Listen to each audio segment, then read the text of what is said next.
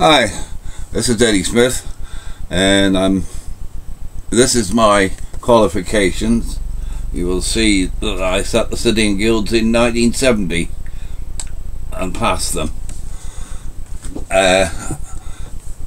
This is about saving money on your electric bill. First of all, using your microwave to save electricity. There are lots of ways that you can use a microwave that will do things cheaper and use less electricity than boiling in a saucepan or boiling in a kettle. To make coffee, if you have a coffee machine and you make your coffee up in the morning and you leave the machine on to keep it hot through the day, don't. As soon as you've made your coffee and you've taken your first cup, leave the rest of it in the jug to go cold, and then when you want another cup, fill a mug with the coffee, the cold coffee, put in sugar or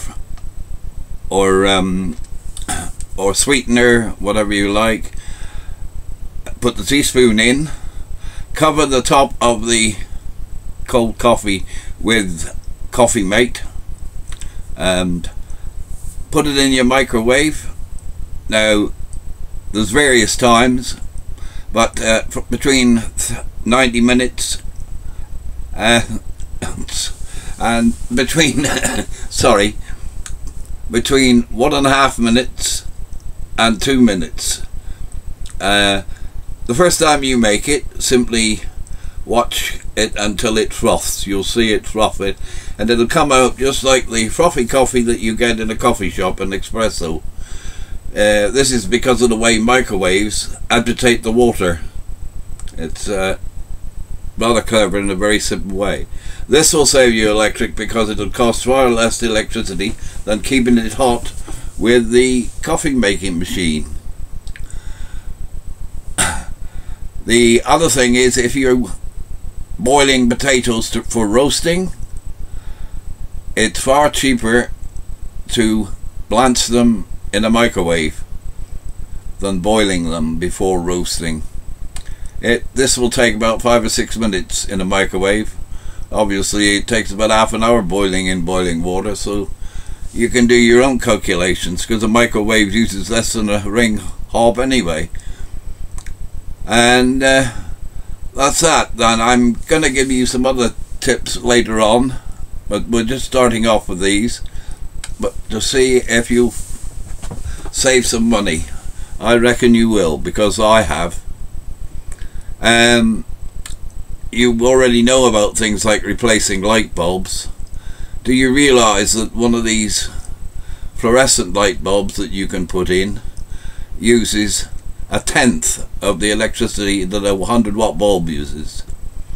So you could actually have 10 of them lighting in the room instead of 100-watt bulb, and still wouldn't cost you any more. So work that one out. And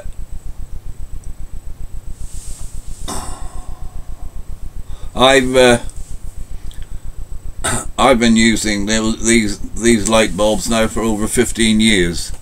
I started off putting in small strip lights, fluorescent strip lights, because you didn't have these ones that you could plug straight in like a bulb in those days. You can actually get them now. If you have a look at this one I got up in the ceiling here, you see that uses 1/10 of a watt. That's 10 watts rather. It's 1/10 of what a 100-watt bulb would use, and they now make them, you can get them in a globe, so it looks like a globe bulb, and you just plug it straight in. They last quite a long time as well, and all these will save you a lot of money. I've estimated I've reduced my bill by about 1/3.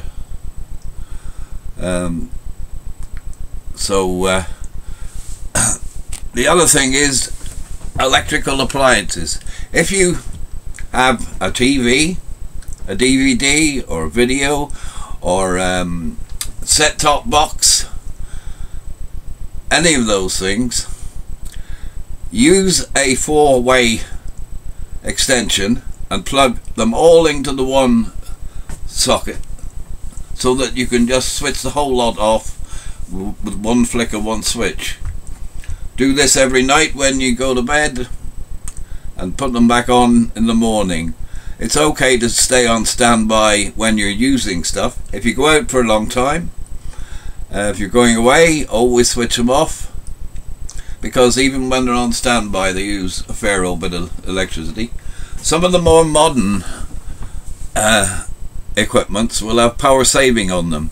What happens then is, if you switch that on when it's on standby and you switch it on and you want to watch something, you have to wait for it to boot up like a computer. If you just leave it on standby without that, it stays booted up, which means it's using more electricity. So that's a bit for you to be getting on with. I'm in a bit of pain here, sitting here. I can't spend long on it, but I will. I'll get back and give you some more later on.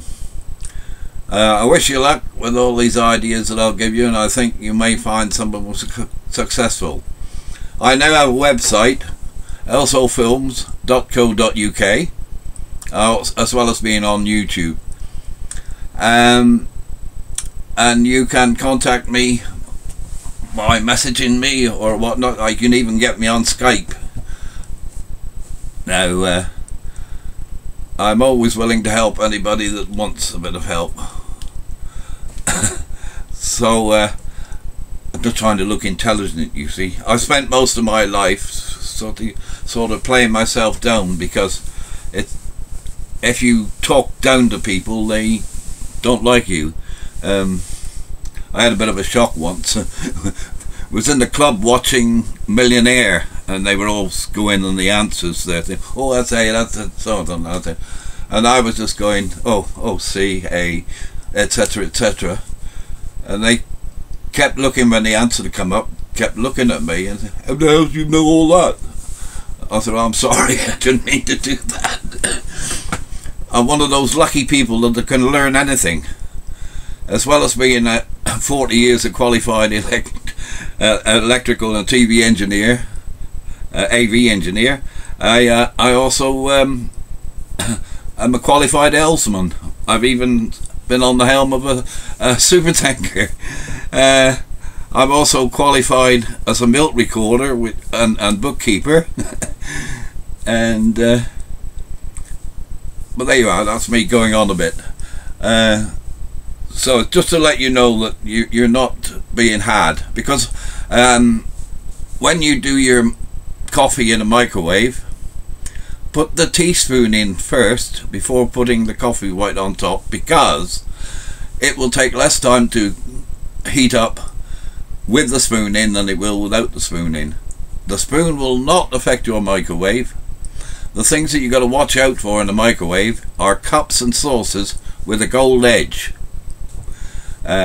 Because if you if you put crockery with a gold rim on it, it will be a fireworks display. That's all for now. Anyway, I'll be back later on with some more tips to save money. There's lots of ways you can save.